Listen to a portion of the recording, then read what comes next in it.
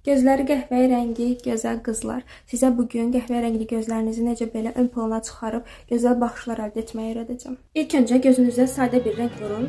Göz qapaqlarınızın rəngi birləşsin və bərabərləşsin. Sonra isə belə bir açıq qəhvəyi rəngi götürün və gözünüzün kənarından başlayaraq iç hissələrini gətirin.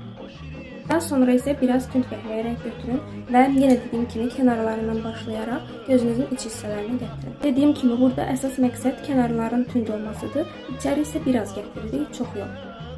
Sonra isə məndə belə bir fırça var, baxın bu formada.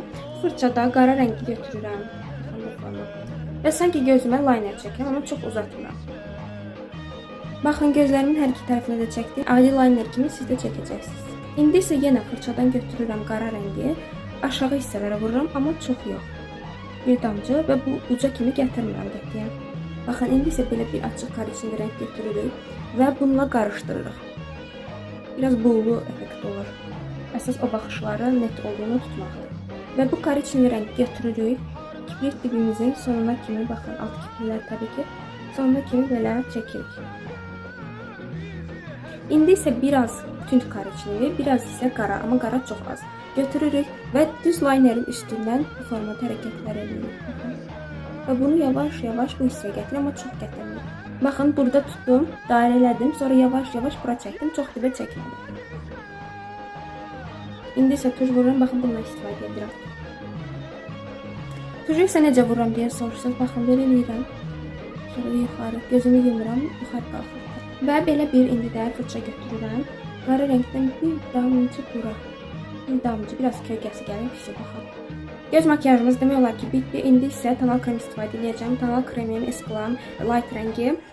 Fırçası isə Nachita 259 Pro. İndi isə bronzer istifadə edirəm. Kiko'nun 101 nömrəli bronzeri bu fırçayla baxın. Ən önəmli detaylardan biridir bronzer. Çünki belə tünd makyaj edirik, yəni gözlərimiz öndə olur və yanağımız qırmızı ola bilməz. Yanağımız da bronz olmalıdır. Baxın belə. Önəmli bir məqama gəldik. Dodaq boyası. Dodaq boyanızı qətiyyən parlaq seçmirsiniz. Çünki önəmli olan gözlərinizdir. Gözləriniz ön planda olmalıdır. Ona görə nude bir rəng. Məndən sorsanız mən Jelin 604 nömrəli karandaşını vuracağım indi.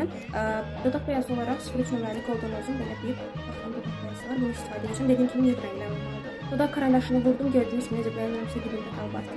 İndi isə dodaq boyasına keçirik. Bunu isə ancaq ortalarına vuracaq. Və son addımda transparan pudradan istifadə edirəm. Məndə NYX'in belə bir mini.